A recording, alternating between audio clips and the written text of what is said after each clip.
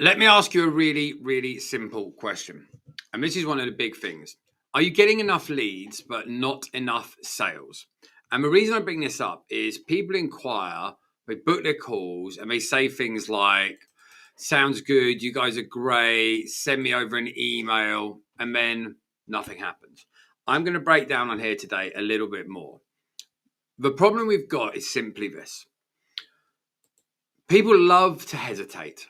They delay, they'll disappear.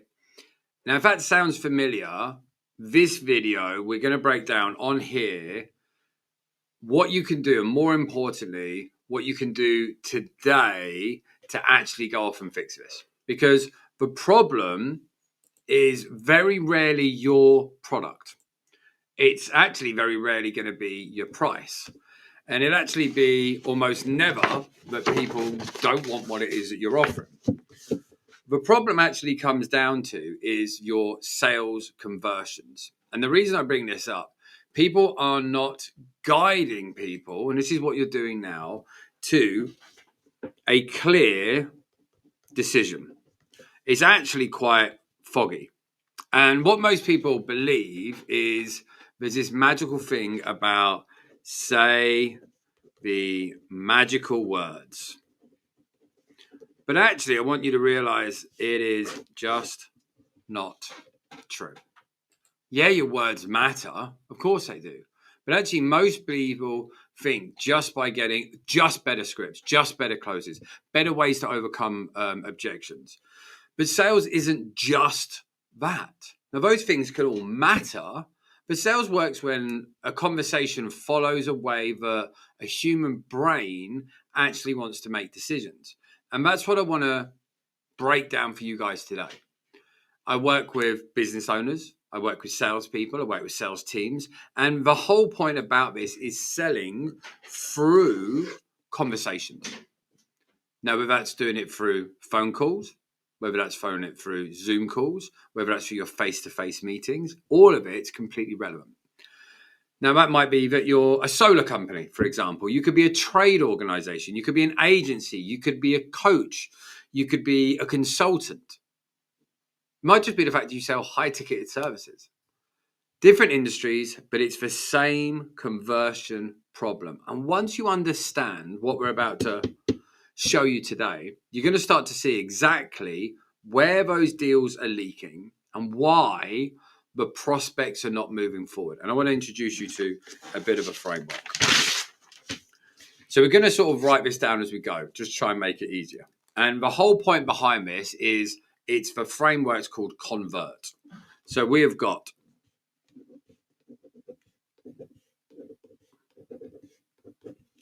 and the whole idea behind this convert framework is to break down in an easy to remember and implement system and plan that you can actually use within your business itself.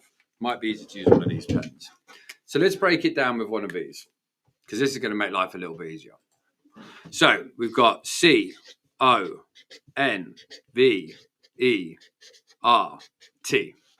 Now, every single letter that we've got on here is a decision that drives sales and drives their conversations. So even if one of these stages is missing or weak, the conversions are immediately going to drop. So let's start with the first letter. So C, and this is our first one in here, is for context. Context is lost in so many areas, and it answers one simple question in the prospect's mind. And it should be, well, why are we having this conversation right now, today? Because most people actually skip this step entirely. They start focusing on product pushing. You've got to stop being a pusher. People start jumping in and explaining what it is they do, how it works, and why they're different. And let's be completely frank, no one cares. Like literally, no one cares. So what we want to do is think about this. If we think about where the prospect is now, that's going to be the current situation that they're in. Now, your role at the start of a sales conversation is to help them clearly understand what is actually happening in their world right now. So that might be what is working, what's not working, what's getting worse, and what is actually costing them to stay the same. And that's one of the biggest parts here, because until the problem feels real, it is not going to matter. And the big thing here, context creates relevance. Now, without context, everything feels more optional. And this moves us into O. And O stands for outcome. Now, the reason we're talking about this is we want to start thinking about this of what is the desired outcome. Now, the reason we're writing this down here so clearly is because I want it to be so easy for you to understand, but this is not overly complicated. You got to remember, people don't buy services, they buy movement. So they want us to move away from stress and they want to move towards clarity.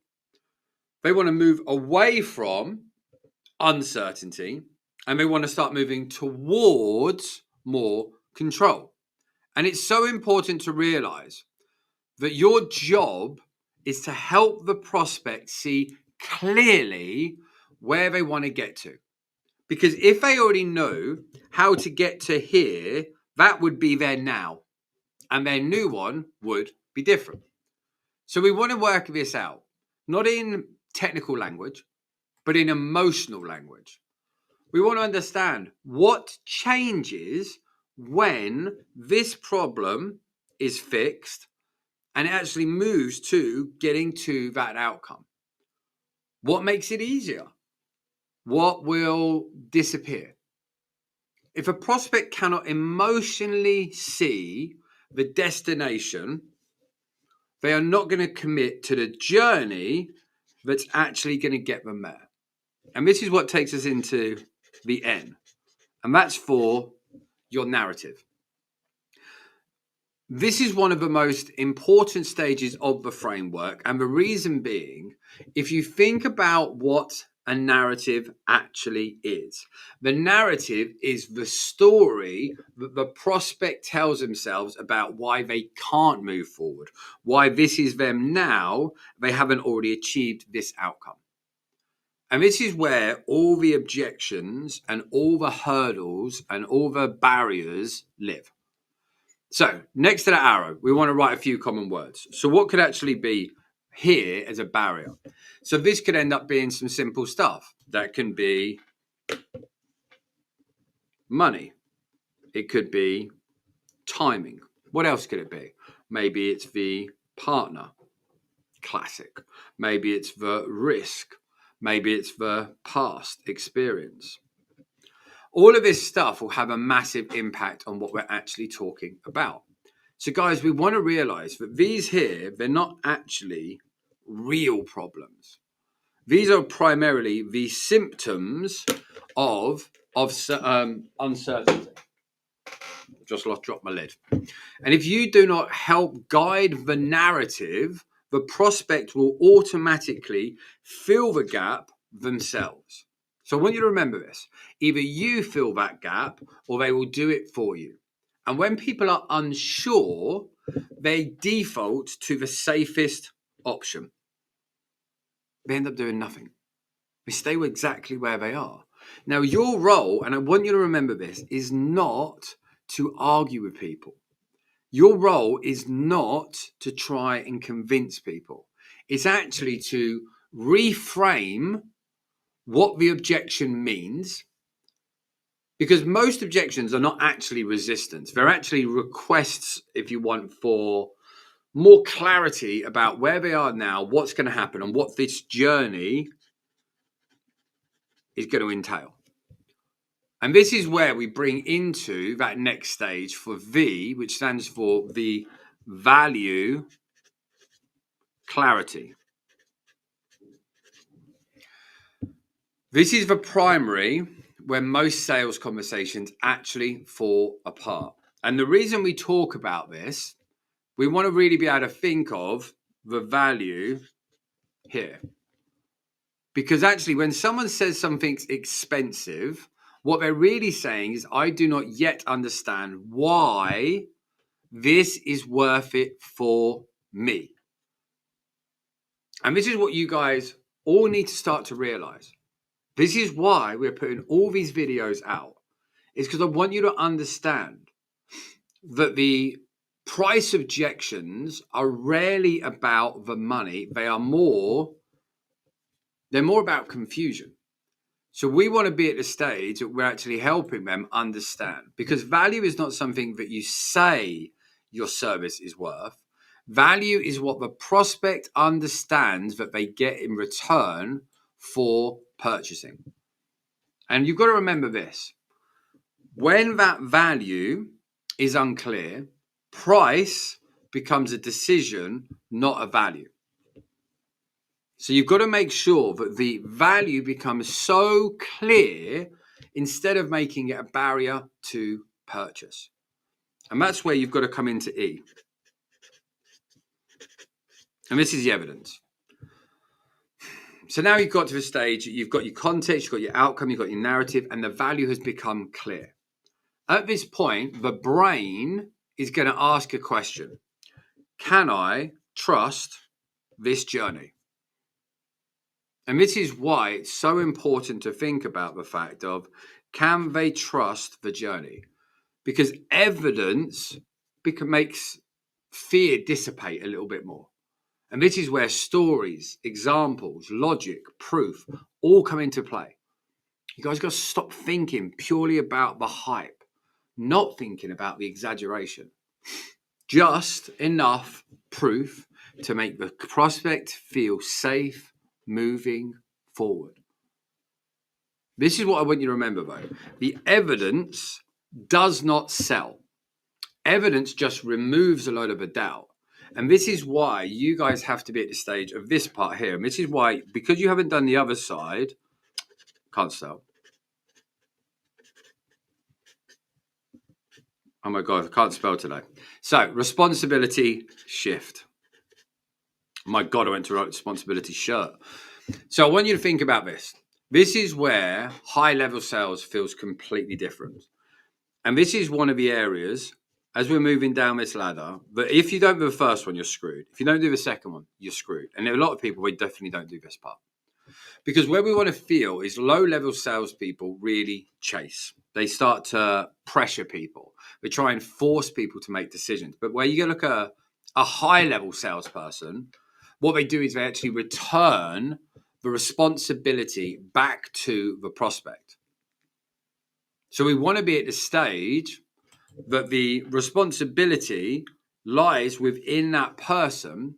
And this is where the prospect realizes that not deciding is still a decision. And this is what I want you guys to realize. People are not, and this is where people get this wrong. A lot of people feel like they're on this road here and they're deciding to take a little dust track onto you. It's not what happens. What actually happens is they've hit a fork in the road and they've got to here. And now they're going to make a decision. Go with the old path or go with the new. Either way, they are making a decision to churn. It is not this path deciding to turn off or carrying on. No, you're at a fork in the road and you're deciding to either carry on with your old life or you're deciding to move to the new. But you have to remember that staying the same has a cost. And this type of thinking will make a massive difference to where you guys go next. And the great thing is, when that responsibility shifts, the resistance will automatically drop. Because people don't like being pushed, but they do like being in control of what is going on.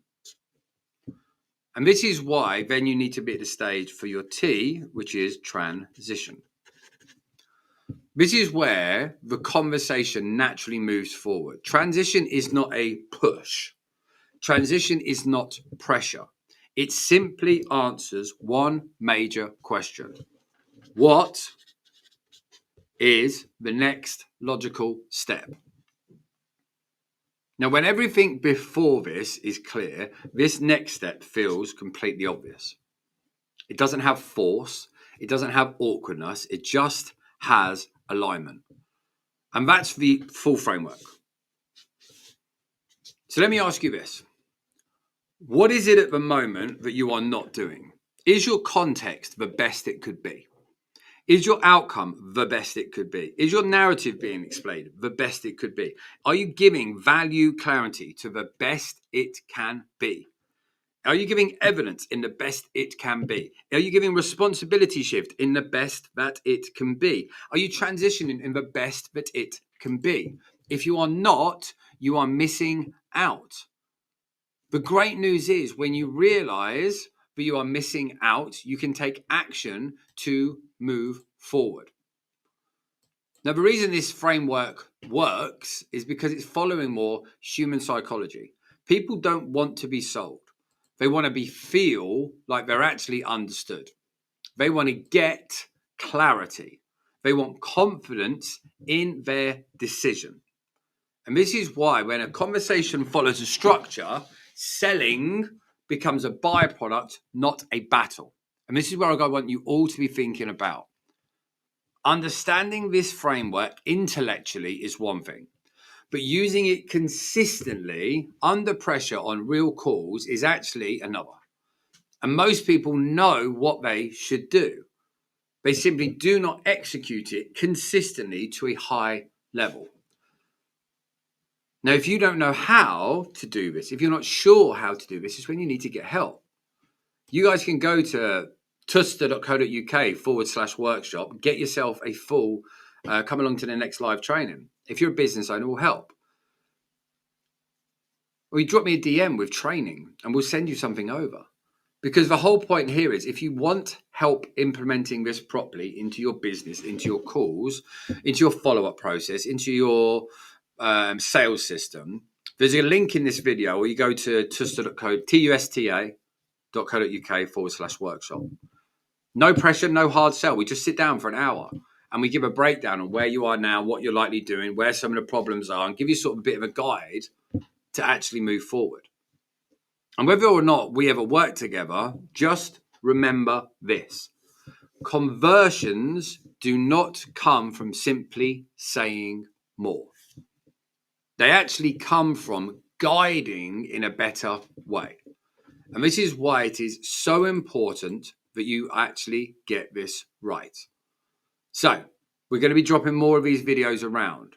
I hope you found this useful. Come along, see how we can help, and I'll see you all soon.